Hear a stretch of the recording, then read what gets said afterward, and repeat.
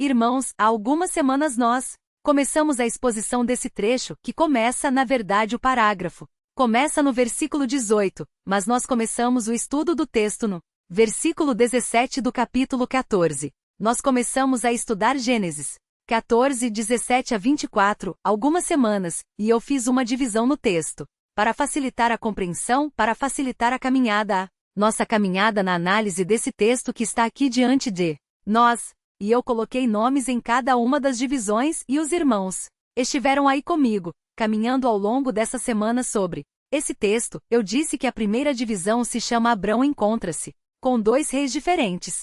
Eu disse que esse é o nome da primeira divisão do texto e essa divisão ela abrange os versículos 17 e 18. Abrão encontra-se com dois reis diferentes. E nós estudamos os versículos 17 e 18, caminhamos sobre eles, os irmãos aprenderam juntos. Estudando esses dois versículos, nós prosseguimos, eu fiz uma digressão, falando sobre Melquisedeque no Novo Testamento. Eu não consegui falar tudo sobre Melquisedeque, o capítulo 7 de Hebreus e outros trechinhos de Hebreus também que falam sobre Melquisedeque. Eu não consegui apresentar todos os versículos que falam sobre ele, o Salmo 114 e os textos de Hebreus. Mas eu tentei apresentar para os irmãos alguns conceitos ligados a Melquisedeque numa relativamente longa digressão e os irmãos puderam acompanhar aí essa digressão e caminhamos no conhecimento bíblico olhando essas coisas também. E então entramos na segunda parte do texto e eu coloquei um nome também na segunda parte. E a segunda parte que abrange os versículos 19 e 20 eu dei um nome a ela e é: Abraão responde ao rei de Salém, que é Melquisedeque. Abrão responde ao rei de Salém, e nós estudamos esses dois versículos, os versículos 19 e 20. E também eu fiz uma outra digressão, na semana passada falando sobre o adventismo do sétimo dia e alertando os irmãos quanto a uma doutrina falsa que é proposta por essa seita, e que vai contra tudo aquilo que o autor de Hebreus fala sobre Melquisedeque e sobre o ministério de Cristo. Falei sobre a doutrina do juízo investigativo e alertei os irmãos quanto aos perigos dessa seita que tenta se aproximar de nós por todas as formas, sempre com um sorriso no rosto, sempre com um discurso conciliador, tentando dizer: olha, nós somos irmãos, nós cremos nas mesmas coisas, quando isso não é verdade. Isso é uma terrível mentira e isso tem levado muitos após os falsos mestres dessa seita tão perniciosa. E hoje nós veremos o último título dessa divisão, e o último título dessa divisão abrangente dos versículos 21 a 24 é: Abraão responde ao rei de Sodoma. Essa é a terceira divisão com esse título, Abraão responde ao rei de Sodoma. Então observem com atenção porque nós vamos caminhar sobre esses versículos. E eu quero terminar essa exposição desse trecho, desse parágrafo, hoje. Então os irmãos vão caminhar juntos comigo, nós vamos andar pelos versículos e os irmãos vão me acompanhar então. E então aprenderemos juntos nessa breve jornada sobre esses versículos, também extraindo desses versículos lições preciosas para nós. Vamos prosseguir então agora, na terceira parte, no terceiro ponto do sermão intitulado Abraão responde ao rei de Sodoma. O texto diz assim: então disse o rei de Sodoma a Abraão: nós não podemos perder de vista quem é esse homem, o rei de Sodoma. Se os irmãos olharem um pouquinho antes no capítulo 14, versículo 10, os irmãos verão que esse rei tinha fugido, tinha perdido a batalha contra os reis do Oriente. Ele fazia parte de uma coligação de rebeldes, uma coligação de reis que tinham se rebelado contra os reis do Oriente, os reis da Mesopotâmia. Esses reis vieram da Mesopotâmia, da região além da Mesopotâmia também vieram e tentaram retomar ali o seu domínio, a sua hegemonia sobre aquela região dos reis aqui que são mencionados, os reis de Sodoma, Gomorra e as cidades circunvizinhas. Essa região toda ficava na região do Mar Morto, na região do Mar Morto. E eles chegaram e tiveram sucesso com seus exércitos e conseguiram vitórias lá. E durante a batalha, diz o texto que os reis de Sodoma e Gomorra fugindo, caíram em poços de betume. O texto diz assim no versículo 10. Ora, o vale de Sidim estava cheio de poços de betume. Os reis de Sodoma e de Gomorra fugiram. Eles perderam a batalha e fugiram. O texto diz que alguns caíram neles. O texto hebraico é um pouco duvidoso, porque dá a entender que outras pessoas caíram nos poços de betume, pessoas que estavam com os reis de Sodoma e Gomorra.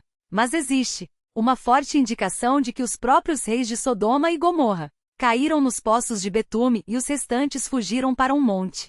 E os reis então, os reis do Oriente, pegaram todos os bens que podiam pegar, o texto diz no versículo 11: tomaram, pois, todos os bens de Sodoma e de Gomorra, muita coisa, saquearam totalmente as duas cidades, todo o seu mantimento e se foram, e deixaram os sobreviventes ali. Agora, nós vemos que o rei de Sodoma escapou desse poço, ele saiu lá do seu buraco e foi se encontrar com Abraão quando Abraão voltava da batalha. Por que Abraão foi à batalha? Porque os reis do Oriente, tendo atacado a região de Sodoma e Gomorra, levaram cativo seu sobrinho. Ele foi libertá-lo, teve sucesso na libertação e o trouxe de volta. Quando ele estava chegando de volta, o rei de Sodoma tinha escapado daquele buraco e foi ao encontro dele. E nós temos então aqui esse encontro. O texto aqui fala desse encontro. Então disse o rei de Sodoma: Abrão, dá-me as pessoas e os bens ficarão contigo. O rei de Sodoma era rei de uma cidade extremamente perversa, uma cidade muito má. Virando a página da Bíblia uma vez, nós temos uma descrição, a primeira descrição dessa cidade. Nós já conhecemos bem a cidade de Sodoma, a cidade de Gomorra, são muito famosas essas cidades. A maldade dessas cidades. Mas no versículo 13 do capítulo 13, nós temos a primeira descrição dessa cidade. O texto diz: ora, os homens de Sodoma eram maus e grandes pecadores contra o Senhor. Essa é a descrição de Sodoma. Parece uma descrição de São Paulo. É uma descrição que se encaixa perfeitamente na nossa cidade. Nós podemos colocar o nome da nossa cidade aqui. Os homens de São Paulo eram maus e grandes pecadores contra o Senhor. Sodoma mostra uma condição moral, uma condição ética extremamente semelhante à condição das cidades do nosso país. Você pode colocar Guarulhos aqui, também se você quiser. Pode ou não pode? Os moradores de Guarulhos concordam que pode. Você pode colocar várias cidades. Aqui talvez a única exceção seja o Rio de Janeiro, talvez. Mas o fato é que esse versículo, ele descreve precisamente a sociedade de homens sem Deus. Eles eram maus e grandes pecadores contra o Senhor. E aqui então é como se o escritor de Gênesis estivesse já preparando seus leitores para o que vai acontecer depois, para o juízo de Deus contra essa cidade. É interessante aprender isso, porque se é assim que Deus trata cidades desse tipo, se Deus trata cidades desse tipo da forma como ele vai descrever no capítulo 19, então nós sabemos muito bem para onde as nossas cidades estão caminhando. Nós podemos estar seguros. Nós sabemos muito bem para onde as nossas cidades estão caminhando aqui neste país. Sabemos o que Deus fará com elas. E é importante notar que essa cidade tem um rei que parece não se importar com nada disso, um rei diferente de Melquisedeque, que era um servo, um sacerdote do Deus Altíssimo. Não, é um rei que parece não se preocupar com isso. Talvez ele achasse tudo isso muito normal. Quando nós caminhamos sobre o livro de Gênesis, os capítulos próximos aqui deste, nós vemos que a maldade de Sodoma era simplesmente imensa. No capítulo 18 não dá para ler agora, nós lemos hoje cedo o capítulo 18 aqui na leitura. No momento da leitura bíblica, os irmãos podem ler em casa o capítulo 18, versículos 22 a 33. Os irmãos vão descobrir, lendo esse texto, capítulo 18, que não havia em Sodoma nem mesmo 10 pessoas justas.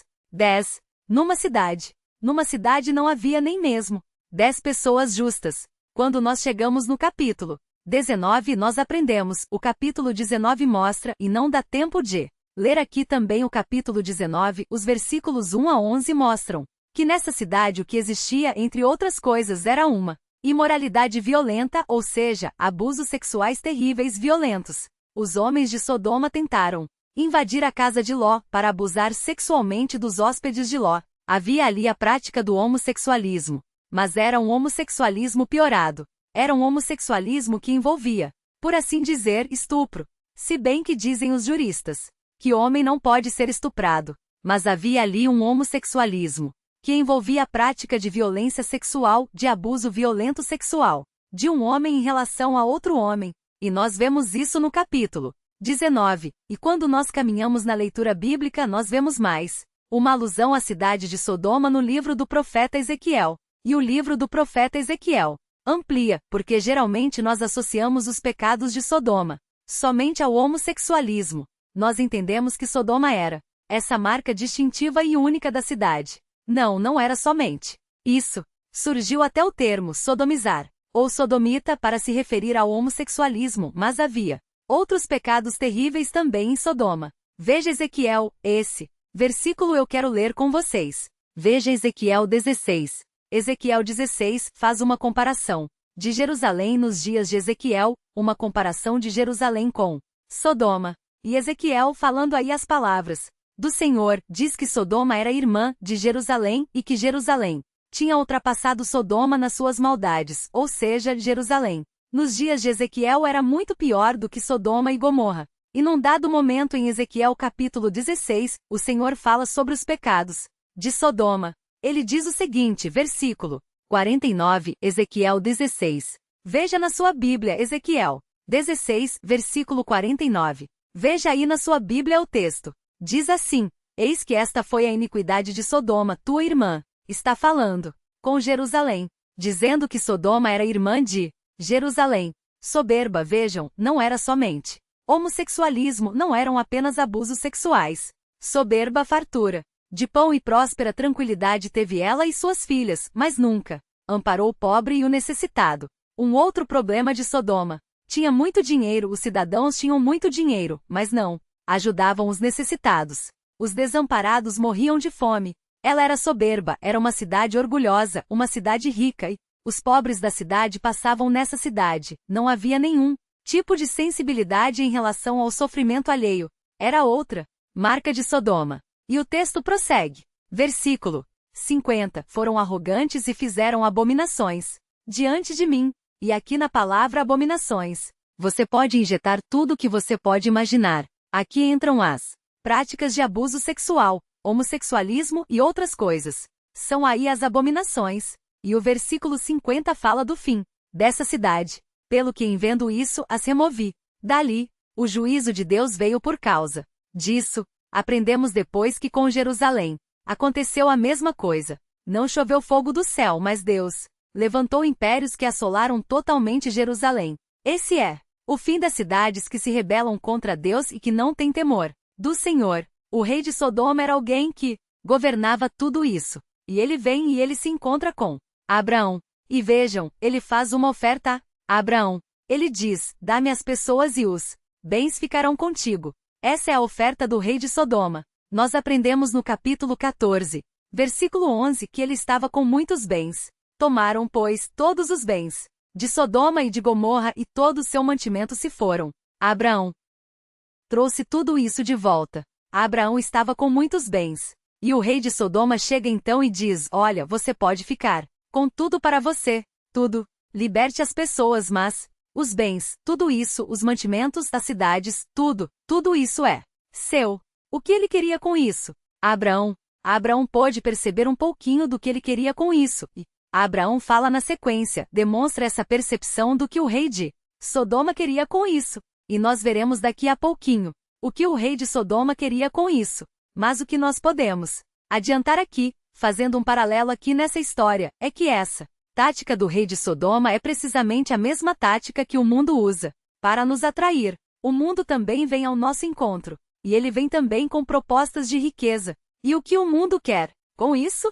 O mundo quer dizer o seguinte: olha, lembre-se, tudo que você tem, toda a sua felicidade, tudo o que você conquistou, você deve a mim. Você tem, portanto, que me dar o seu amor e a sua fidelidade. Você tem que me dar a mão. Veja, eu sou a fonte de todo o seu enriquecimento. Eu sou a fonte de toda a sua realização. Eu sou a fonte de toda a sua grandeza, de todo o seu prazer, de tudo que você possa ter é a minha generosidade que concede tudo isso a você. Essa é uma tática. Esse é um discurso que o mundo usa ainda hoje. É como se o rei de Sodoma fosse um representante do mundo sem Deus. É como se o rei de Sodoma encarnasse a humanidade sem Deus. Essa humanidade, esse mundo sem Deus, se aproxima de nós. E em se aproximando de nós, ele traz um sorriso no rosto. Em se aproximando de nós, ele se mostra extremamente generoso. Ele diz: olha, eu tenho coisas para você, eu posso enriquecer você, eu sou generoso, eu posso lhe dar tudo. Você pode ficar com tudo para você, você pode ser alguém feliz, realizado, alegre, plenamente satisfeito. Bastando que você aceite aqui essa minha aliança, essa minha proposta, essa minha oferta. É isso que o mundo faz.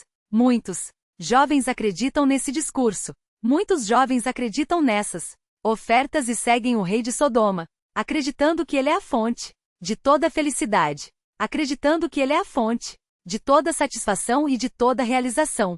Há alguns anos atrás, eu li um livro chamado A Montanha dos Sete Patamares, de Thomas Merton, e ele disse uma frase nesse livro que marcou a minha memória ao longo dos anos. Ele disse o seguinte: quando eu era jovem, eu saí para saquear o mundo. Ele disse: eu olhei para o mundo e eu vi todas as riquezas, todas as grandezas, todas as ofertas, e eu saí então, como um grande aventureiro, para saquear o mundo.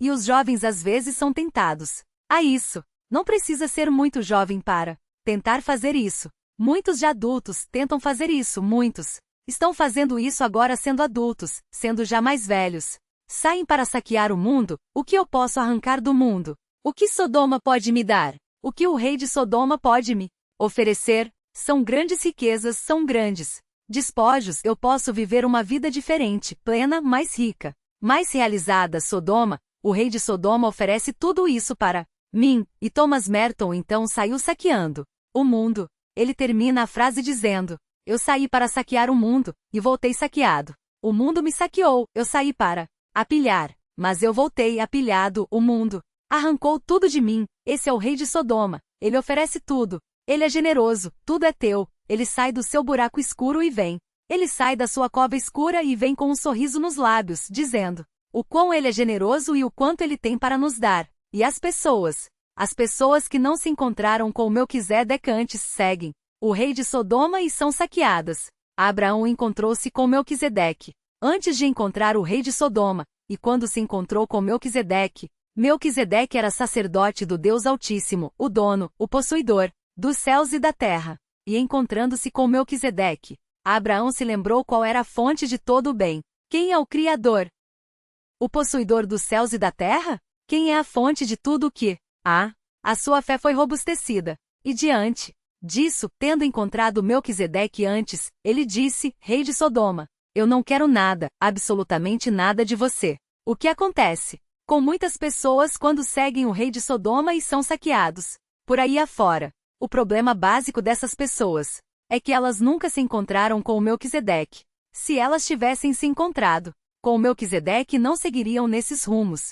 Nós aprendemos na Bíblia que existe uma só proteção contra este mundo. Existe só uma forma de vencer o mundo. Nós aprendemos em 1 João 5. Veja o que diz o texto em 1 João 5. Abra sua Bíblia e olhe. Nós temos na palavra de Deus todas as respostas, todos os remédios, todas as soluções. Além dos alertas, nós temos também as saídas. Veja 1 João 5, 4 e 5, diz assim: veja quem vence as propostas do rei de Sodoma, diz assim. 1 João 5, versículo 4, porque todo o que é nascido de Deus vence o mundo. O que eu tenho? De que eu preciso para vencer o mundo? Quem eu preciso ser para vencer o mundo? Para não ser arrastado pelo mundo? Para não ser contaminado pelo mundo? Para não abraçar as propostas do mundo? Para não aceitar as ofertas do rei de Sodoma? Quem eu preciso ser? O texto diz: eu preciso ser nascido de Deus. Muitas vezes nós ficamos impressionados. Ah, aquele moço, aquela moça, aquele rapaz, aquele homem, aquela mulher, estavam todos aí na igreja e de repente tiveram alguns contatos com outras pessoas. Um jovem entrou numa universidade. Aquele casal fez algumas amizades diferentes, aquele outro grupo ali melhorou um pouquinho de vida e teve alguns contatos numa esfera social mais elevada e se desviaram. Deixaram de ser crentes. E ficamos assustados, preocupados com isso. Lorota. Na verdade, essas pessoas, elas seguiram nessas direções, porque elas não eram nascidas de Deus. Só existe uma forma de vencer o mundo. O texto diz: porque todo o que é nascido de Deus, todo que é nascido de Deus vence o mundo todo. Se você quer vencer o mundo, não há outro jeito. Você tem que ser nascido de Deus. Você tem que nascer de Deus para vencer o mundo. Se você não nascer de Deus, você não vencerá o mundo. Você será levado pelas propostas do rei de Sodoma, e ele vai saquear você. E o texto prossegue: e esta é a vitória que vence o mundo, a nossa fé. Esse texto explica como é que eu nasço de Deus. Como é que eu posso nascer de Deus? O texto explica por meio da fé. Eu tenho que crer em Cristo. Crendo em Cristo, eu nasço de Deus. E tendo nascido de Deus, eu venço o mundo. Não importa onde eu esteja. Eu posso estar na universidade mais ateísta da Terra. Eu posso estar entre as pessoas mais terríveis do mundo. Se eu nasci de Deus, eu venço o mundo. Se eu me encontrei com o meu Quisedeque, se eu creio no Deus verdadeiro, no Cristo do Deus verdadeiro, eu venço o mundo. No versículo 5, João explica o conteúdo dessa fé. Ele diz: quem é o que vence o mundo, senão aquele que crê ser Jesus o Filho de Deus? É a pergunta retórica. Vocês sabem responder essa pergunta? Vou perguntar de novo. Quem é o que vence o mundo, se não aquele que crê ser Jesus, o Filho de Deus? Há alguém que vence o mundo, senão este? Não, ninguém. E isso deve nos levar a uma outra pergunta particular, pessoal. E essa outra pergunta particular e pessoal é a seguinte: eu nasci de Deus? Eu creio que Jesus é o Filho de Deus? Se a resposta for sim, fique tranquilo. Você vencerá o mundo, não importa onde você esteja. Não importa o ambiente que você esteja, você vencerá o mundo. Mas se você não nasceu de Deus, você não tem a fé, você não crê que Jesus é o Filho de Deus. Se você não crê nisso, você não vencerá o mundo. Eu posso colocar você numa igreja com as pessoas mais perfeitas deste mundo. Você será levado pelo mundo. Não é uma questão de ambiente. Não é uma questão de contexto ético ou moral, não. É uma questão de quem você é. Se você nasceu de Deus, você vencerá o mundo. Se você não nasceu de Deus, o mundo vai levar você. Ah, mas eu estou aqui na igreja, estou firme. É uma questão de tempo. É uma bomba tic-tac. É a bomba relógio.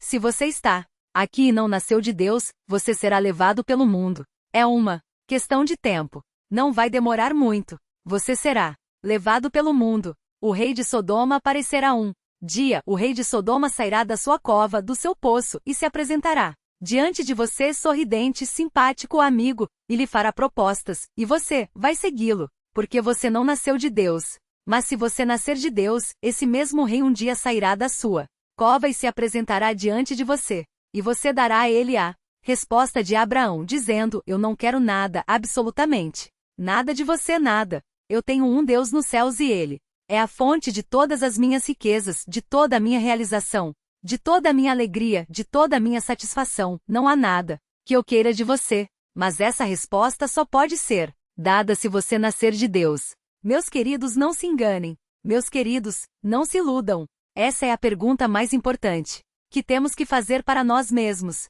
Nós nascemos de Deus pela fé em Jesus Cristo ou não? Se nós nascemos de Deus, nós somos mais do que vencedores. Se nós não nascemos de Deus, o mundo nos levará e nós seremos derrotados. Nós ouviremos as suas propostas, mas se nascemos de Deus, nenhum ataque, por mais forte que seja, será capaz de nos derrubar. Nenhum ataque, por mais forte que seja, será capaz de nos demover da nossa fé. Todos aqui somos atacados na nossa fé constantemente, em casa, na escola, no trabalho. O rei de Sodoma não poupa ninguém. As propostas do rei de Sodoma não poupam ninguém. Ele faz propostas até para juniores, criancinhas, crianças pequenas, ele faz propostas para elas. Mas se nós nascemos de Deus, nós vencemos. Veja a sequência. Veja o que o texto diz logo a seguir, porque nós temos a resposta de Abrão. O texto diz: mas Abraão lhe respondeu. E aí vem a resposta do homem que conheceu Melquisedeque. Levanto a mão ao Senhor, o Deus Altíssimo, que possui os céus e a terra. Eu acho tão solene isso. Como é solene isso? Abraão, poucas horas atrás, estava envolvido numa batalha, um soldado feroz, um estrategista militar, e agora nós vemos esse homem se comportando como se fosse um sacerdote. Ele faz um juramento solene. Ele levanta a mão ao Senhor. É como se ele estivesse dizendo: olha, o Senhor é minha testemunha de que eu vou cumprir o que eu vou falar agora. E ele faz esse juramento solene. É interessante, porque ele associa aqui dois nomes de Deus. Ele diz: levanto a mão ao Senhor, e Yahvé é o Deus dele. E ele prossegue: o Deus Altíssimo é o nome do Deus de Melquisedeque. Melquisedeque, mencionado nos versículos anteriores, conhecia Deus por esse nome. Lembram do nome? Evan. Lindo esse nome.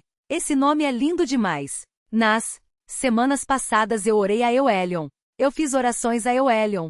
Na minha cama, no meu leito. Eu orei dizendo, ó Deus grandioso, ó Euelion, Deus Altíssimo, obrigado. Pelo dia que o Senhor me deu, pela manhã que raiou, obrigado. Ó Euelion, o Deus Altíssimo, a fonte de tudo, o dono de tudo. Esse texto robusteceu a minha fé nele com esse nome apenas esse nome Euelion. Parece que o mesmo impacto aconteceu com Abraão. Ele chama Deus de Yahvé, e o Deus Altíssimo, o que possui os céus e a terra. E por que era importante ele dizer, o que possui os céus e a terra? Para dizer, olha, eu não preciso dos bens que você quer me dar, porque meu Deus é o dono de tudo. Ele tem tudo, eu não preciso de nada de você. Ele é o dono dos céus e da terra e de tudo que há. Ele é a fonte de tudo que eu preciso. Vejam o capítulo 24, acompanhem. Eu quero que os irmãos vejam alguns textos aqui. É bem rápido. Não quero judiar de vocês não. Judiei muito na semana passada. Capítulo 24, versículo 34. Vejam o que diz o texto. Os irmãos estão aprendendo, e eu quero ensinar essas coisas aos irmãos. Há muita coisa errada sendo ensinada por aí, e eu preciso compartilhar essas coisas. O texto diz assim, Gênesis 24. Vejam o versículo 34, diz assim, então disse, sou servo de Abraão. Esse é o servo que foi encontrar uma esposa para o filho de Abraão, para Isaque. E ele diz assim, o Senhor tem abençoado muito o meu senhor, e ele se tornou grande. Deu-lhe ovelhas e bois. Quem deu ovelhas e bois para Abraão? Quem? Deus deu ovelhas e bois para ele. Ele pode fazer isso? Sim, ele é dono de todas as ovelhas e todos os bois. Sempre que você for no açougue da Swift, lembre-se disso. Ele me deu esse bife. Ele me deu essa picanha, esse ancho, esse chorizo, esse. Há tantos bifes hoje em dia, né? Na minha época era só açaí moído. Mas ele é o dono de todos os bois, de tudo que há, de todas as ovelhas. E se nós temos acesso a isso, é porque ele nos dá. Ele é a fonte disso. Ele deu-lhe ovelhas e bois, e prata, e ouro, e servos e servas, e camelôs, e jumentos. Quem deu tudo isso a Abraão? Deus. Ele é a fonte de todas essas coisas. O rei de Sodoma não tem nada a nos dar. Deus é a fonte de tudo. Não há nada que o homem possua que ele não tenha recebido de Deus. Veja o livro de Deuteronômio. Deuteronômio no capítulo 8. Muito lindo isso. É maravilhoso. A Bíblia muda a nossa mente, nosso modo de ver a vida. Vejam, Deuteronômio 8, 17 e 18. Vejam aqui o que diz Deuteronômio 8, 17 e 18. Grife isso na sua Bíblia. Olha o que diz aqui. Não digas, pois no teu coração. O que é dizer no coração? O que é dizer algo no coração? É você pensar, não pense. Não tenha esse pensamento secreto. Porque há pessoas que não dizem, mas pensam. E esse texto proíbe o quê? Proíbe pensar. Ah, não pode pensar? Não pode pensar isso. Ah, mas quem vai saber? Ele sabe. Ele conhece todos os seus pensamentos, todos. Você pode colocar uma máscara e dizer outra coisa. Você pode fingir outras ideias. Mas ele conhece o seu pensamento e cada um deles, e ele proíbe. Este aqui. Veja o pensamento que ele proíbe. 17. Não digas, pois, no teu coração. A minha força e o poder do meu braço me adquiriram estas riquezas. Alguém já disse isso no seu coração? Levanta a mão. Ninguém. Aqui não. Nunca disse. Isso no seu coração? A minha força. O meu braço, eu me esforcei e consegui. Eu lutei, graças à minha inteligência, perspicácia, à minha percepção, à minha capacidade administrativa. Eu consegui tudo isso. Eu sou o cara. 18. Antes te lembrarás do Senhor, teu Deus, porque é Ele o que te dá força para adquirir as riquezas para confirmar a sua aliança que sob juramento prometeu a teus pais, como hoje se vê. Deus é a fonte da sua força. Tudo que você tem, tudo, uma agulha que você tem em casa, tudo isso é dado por Deus. Ele é a fonte de todas as coisas. Vejam o primeiro livro de Samuel. Abraão aprendeu tudo isso. Abraão sabia tudo isso. Abraão reconheceu tudo isso. Ele se encontrou com Melquisedeque, que era o dono dos céus e da terra, que é o dono dos céus e da terra. 1 Samuel, capítulo 2, vejam aí na sua Bíblia. 1 Samuel 2, 7. Diz assim, vejam aqui o que diz. Há um conceito errado hoje em dia. As pessoas dizem assim, a riqueza vem de Deus, a pobreza O prejuízo vem do diabo. É o que falam por aí. Não é isso? Deus da riqueza, o diabo da miséria. Deus da riqueza, o diabo da pobreza. Vamos ver se isso é verdade. Vamos ver o que diz 1 Samuel. Diz assim 1 Samuel 2, versículo 7. Diz assim: o Senhor empobrece. O que ele faz? O Senhor empobrece. Você está pobre? Ah, o diabo. Não, não é o diabo não. Deus te deu. Isso. Deus me deu, a pobreza deu. Por quê? Porque ele te conhece muito bem. Ele te abençoou com a pobreza. Porque ele sabe muito bem como você seria se fosse rico. Pobre. Você já não é lá. Grande coisa. Rico sai de baixo. Sai de baixo. Deus não dá asas para cobras por uma razão. Deus não dá asas para cobras por uma razão. Talvez ele tenha negado a você riquezas para proteger você e outras pessoas. Talvez ele saiba, talvez entre aspas, estou sendo irônico aqui. Talvez entre aspas ele saiba que se te desse riquezas você o abandonaria. E você confiaria no seu próprio braço. E você não seria um crente fiel. Talvez ele saiba disso. E por isso não te dá riqueza. Ele dá pobreza. Mas não, você precisa ser uma pessoa de uma classe social, mas de menos posses. Você precisa ser assim. Eu conheço você, conheço o seu coração e eu sei que há coisas que você não pode suportar. Eu estou cuidando de você, como o Senhor está cuidando de mim, te dando a pobreza. Eu estou cuidando de você e protegendo você, te dando a pobreza. É assim. Nossa, então Deus cuida muito de mim. Pois é, bastante. Mas é uma visão diferente da teologia da prosperidade. A Bíblia muda o nosso entendimento. A Bíblia nos dá outras percepções. O Senhor, dele procede a pobreza. Ele dá a pobreza. Diz aqui o versículo 7. E ele enriquece. Ele também dá a riqueza. Se temos alguma coisa, isso vem das suas mãos. Ele abaixa, coloca você lá embaixo. Ele também exalta. Tudo vem de quem?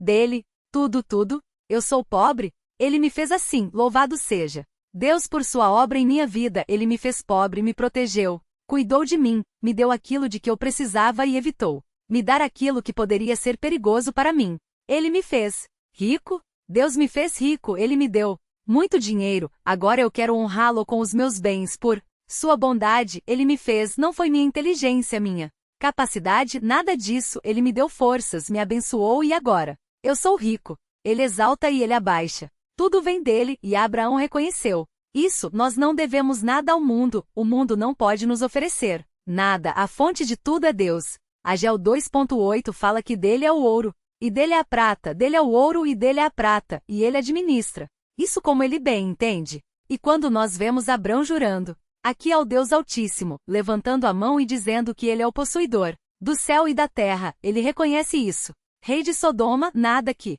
você queira me oferecer, eu preciso, eu tenho um outro rei. E um outro rei que é dono de tudo. Eu não preciso das suas tralhas. Nós aprendemos essa verdade na Escritura. O Senhor sendo dono dos céus e da terra, ele impinge em nós essa mensagem. Quando nós aprendemos que Deus é o dono dos céus e da terra, uma das lições que essa verdade grita para nós é essa. Ele é a fonte de tudo que há, porque ele é o dono de tudo. Quando nós saímos lá fora e caminhamos e vemos as estrelas, e caminhamos e vemos os mares, e vemos as montanhas, e vemos as grandes maravilhas da criação, e nós nos recordamos que o Deus Altíssimo é o dono de todas essas coisas, então nós descansamos porque, no meio de todo esse universo há uma voz que grita, eu sou o dono de tudo, logo, tudo procede de mim. Nessa semana, depois de muitos anos, eu fui ao teatro com a minha família.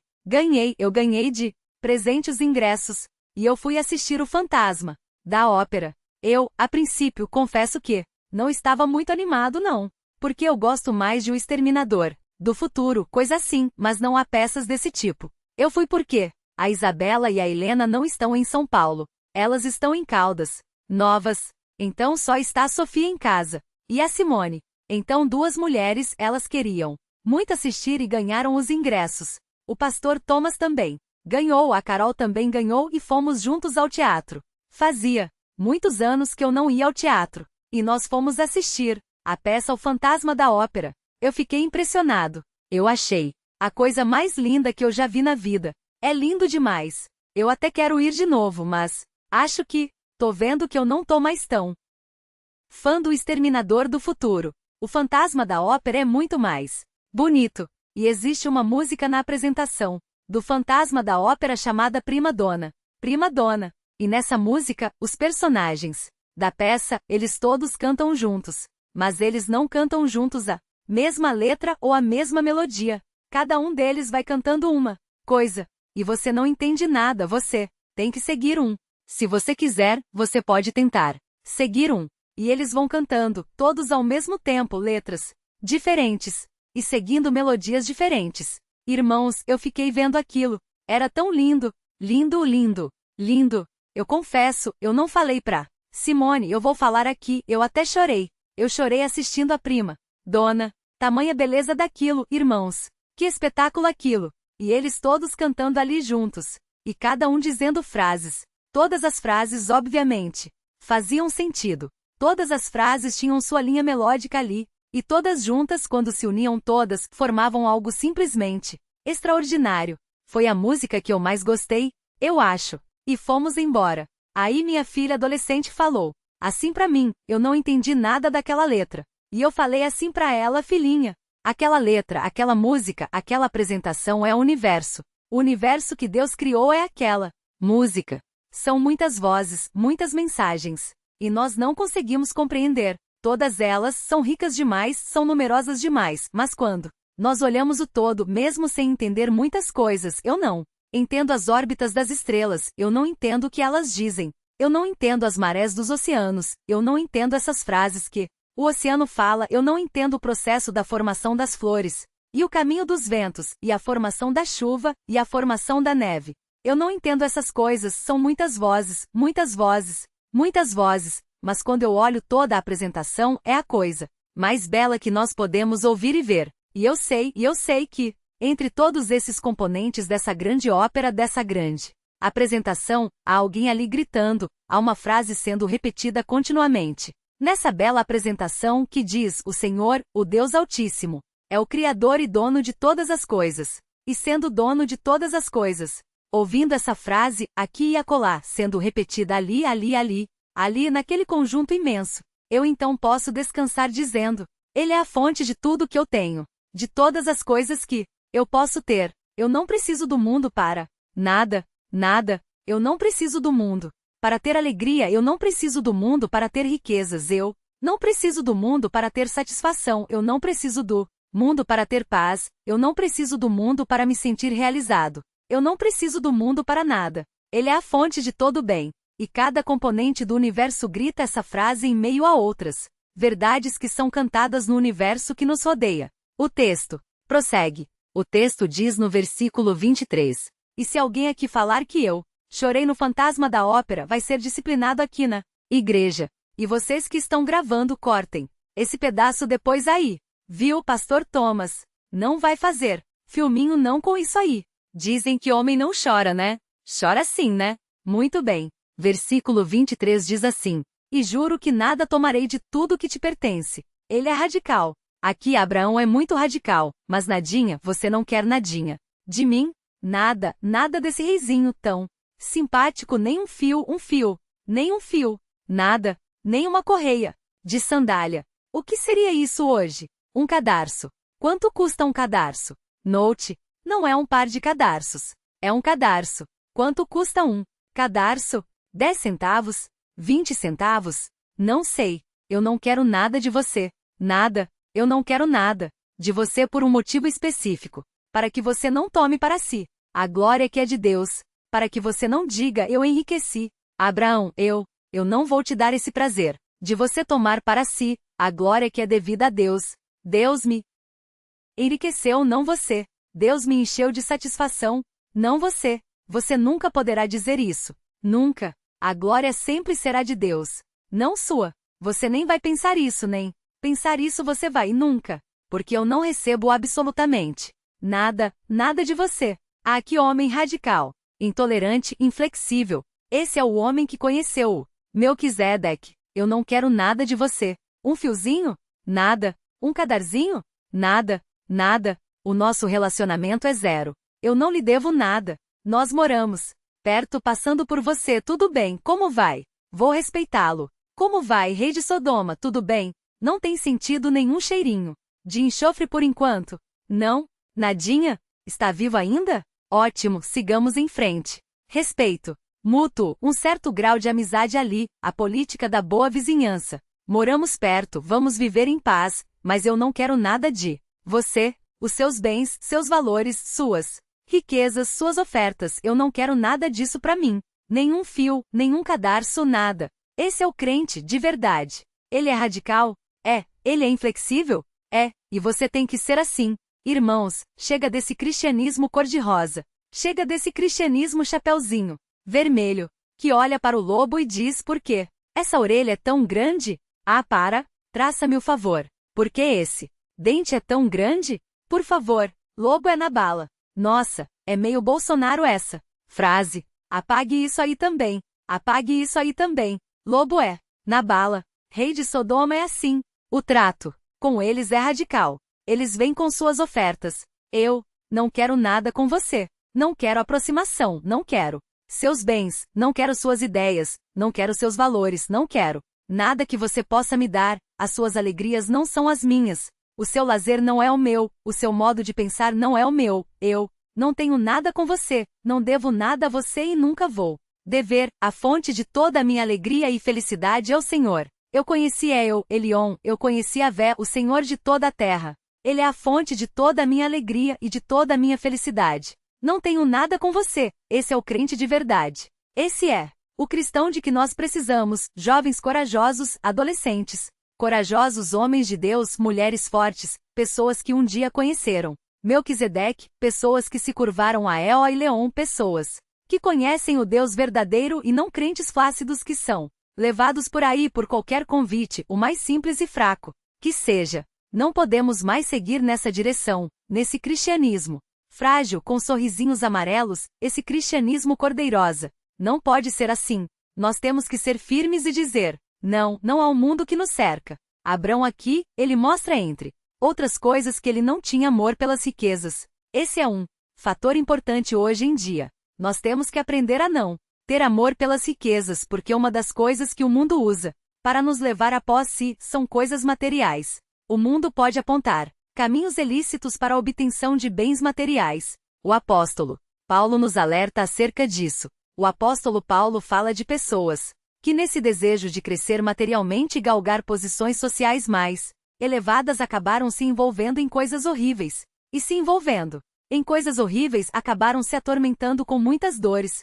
Se os irmãos olharem 1 Timóteo 6, vejam, é muito interessante esse texto. É um alerta que nós devemos guardar em nossa mente. Abraão não era alguém que amava, não era alguém que amava a riqueza material. Se ele fosse o rei de Sodoma, o levaria com muita facilidade. Esse é um dos anzóis do mundo. Olha, você pode enriquecer, ganhar muito dinheiro, subir bastante na vida se você tomar certos caminhos, se você seguir certas propostas do rei de Sodoma. Não faça isso, isso é perigoso. E o amor ao dinheiro pode levar a pessoa a isso. Veja o que diz 1 Timóteo 6, é um alerta para nós hoje. E essa é uma das armadilhas que o rei de Sodoma usa. Veja o que diz o texto no versículo 6. Diz assim 1 Timóteo 6, versículo 6, de fato, grande fonte de lucro é a piedade com contentamento.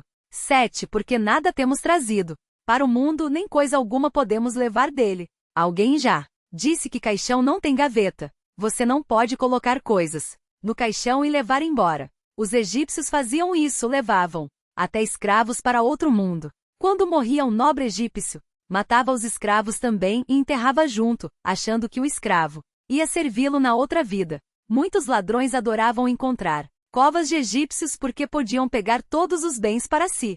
O egípcio era enterrado com tesouros, achando que poderia usar isso. No outro lado, o texto diz: nada temos trazido para o mundo, nem coisa alguma podemos levar dele, tendo sustento. E com o que nos vestir estejamos. Você tem sustento e roupa? Como? Você tem que estar então agora contente. Ah, mas eu queria. Você tem comida e roupa? Tem. Esteja contente. Se você tem isso, esteja contente com isso. Não ame a riqueza. O texto diz: ora, vejam 9. Os que querem ficar ricos caem em tentação. Quem é que quer ficar rico? Levante a mão. Ninguém. Oh, que auditório seleto. Os irmãos serão arrebatados antes do sermão acabar. Maravilhosa santidade dos irmãos. Estão impressionados. Os que querem ficar ricos caem em tentação. Claro, há propostas ilícitas. Há convites do rei de Sodoma. E a pessoa pode seguir essas coisas desejando dinheiro fácil e enriquecer depressa, cai em tentação. Cilada, e em muitas concupiscências insensatas, corrupções e perniciosas. Sonegações, corrupções terríveis. No campo financeiro, as quais afogam os homens na ruína e perdição. Aquela busca pelo dinheiro, eu preciso de mais e mais e mais, e ele vai sacrificando tantas coisas, ele vai sacrificando tantos valores preciosos porque quer mais e mais. E o texto diz porque o amor do dinheiro é a raiz de todos os males, e alguns nessa cobiça se desviaram da fé, se corromperam tanto buscando dinheiro, que se desviaram da fé, e assim mesmo se atormentaram. Com muitas dores o final foi sofrimento. Então não pode ficar rico? Pode, mas eu não posso amar o dinheiro. Aliás, havia ricos na igreja de Timóteo. Vejam o versículo 17. Vejam o 17. Exorta aos ricos do presente século. Tinha ricos na igreja. Tinha ricos na igreja. Sem problemas. Não era problema. Aqui não existe um ataque. Não. É um texto do MST. Tem raiva de rico. Não é um texto de esquerda que todo mundo tem que ser pobre, não. Nada disso. Está condenando apenas o amor pelo dinheiro que gera cobiça e leva os homens por caminhos maus. Mas havia ricos em Éfeso, na igreja de Timóteo. E o texto diz: exorta os ricos do presente século que não sejam orgulhosos. Vejam como deve ser o rico. Quem é que é rico tem que olhar esse texto. Pastor Thomas, preste atenção. Exorta os ricos do presente século que não sejam orgulhosos, não. Sejam orgulhosos ricos. Não tratem os outros com desprezo, com ares de superioridade, não façam isso. Muitas vezes a pessoa melhora um pouquinho, nem chega a ser rico, mas começa a desprezar os mais humildes. Não façam isso. Nem depositem a sua esperança na instabilidade da riqueza. O que significa isso?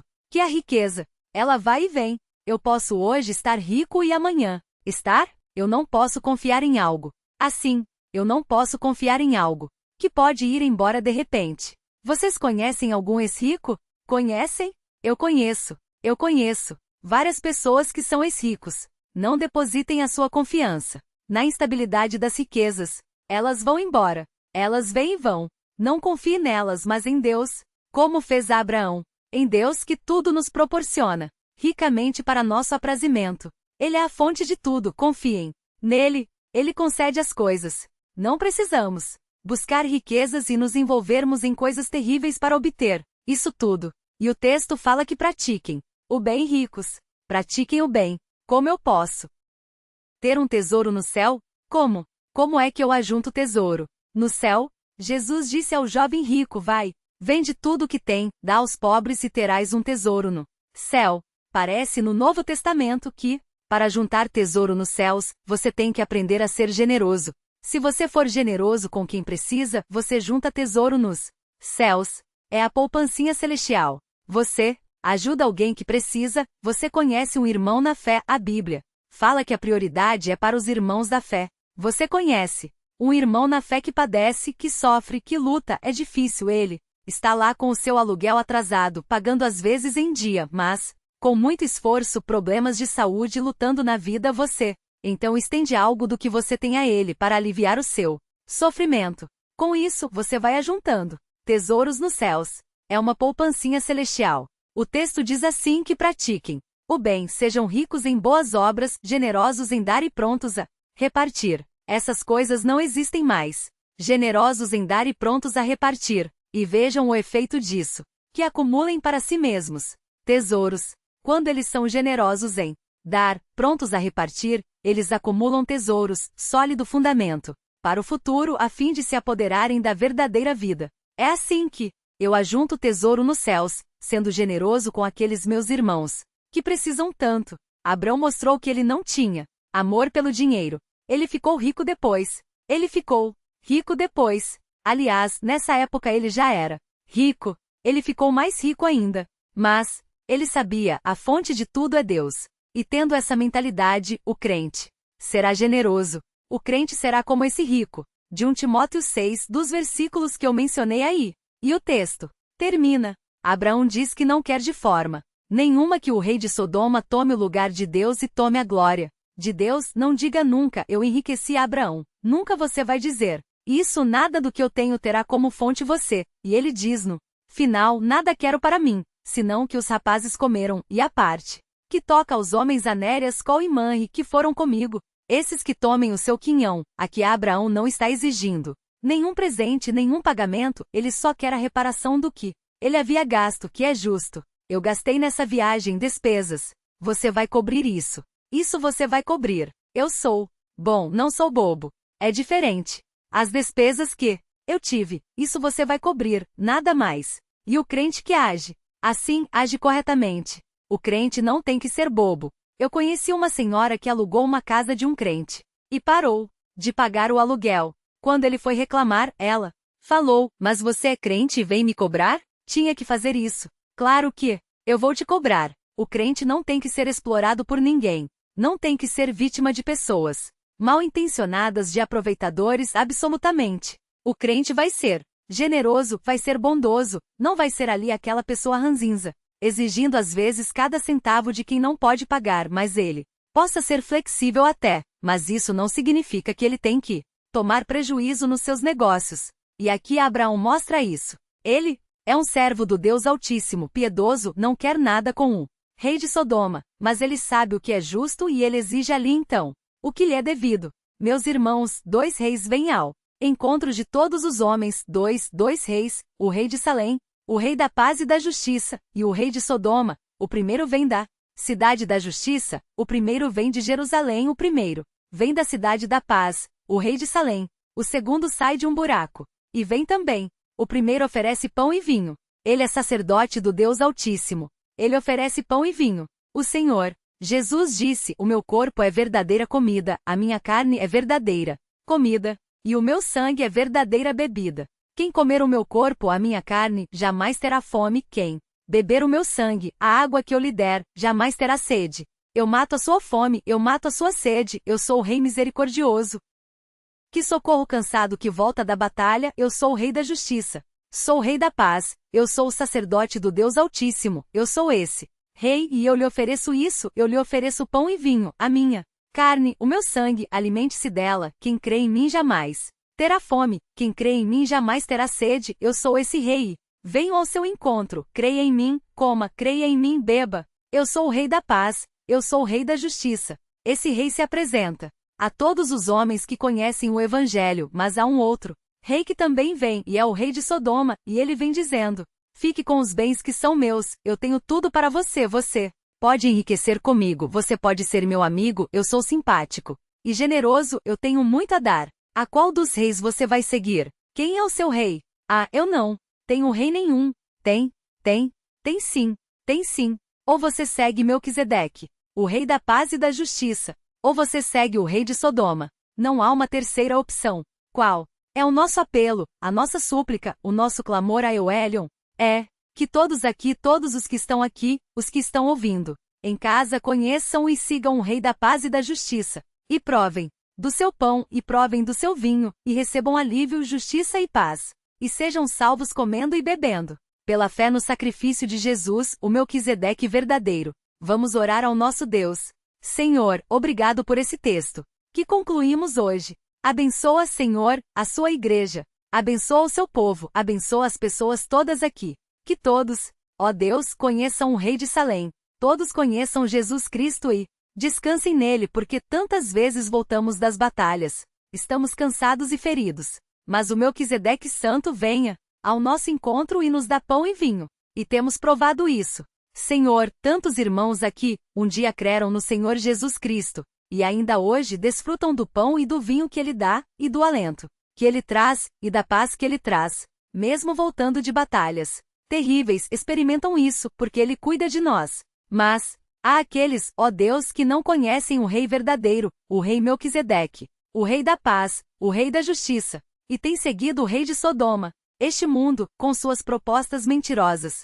O Deus ajuda-os a enxergar, ajuda-os a abrir os olhos e a conhecer o Rei de justiça, e o Rei da paz, e conhecendo o Rei de justiça e o Rei da paz, comam do seu pão e bebam do seu vinho e conheçam a salvação que Ele dá, a salvação que Ele proporcionou naquela cruz. Nós pedimos essas bênçãos, em nome de Jesus. Amém.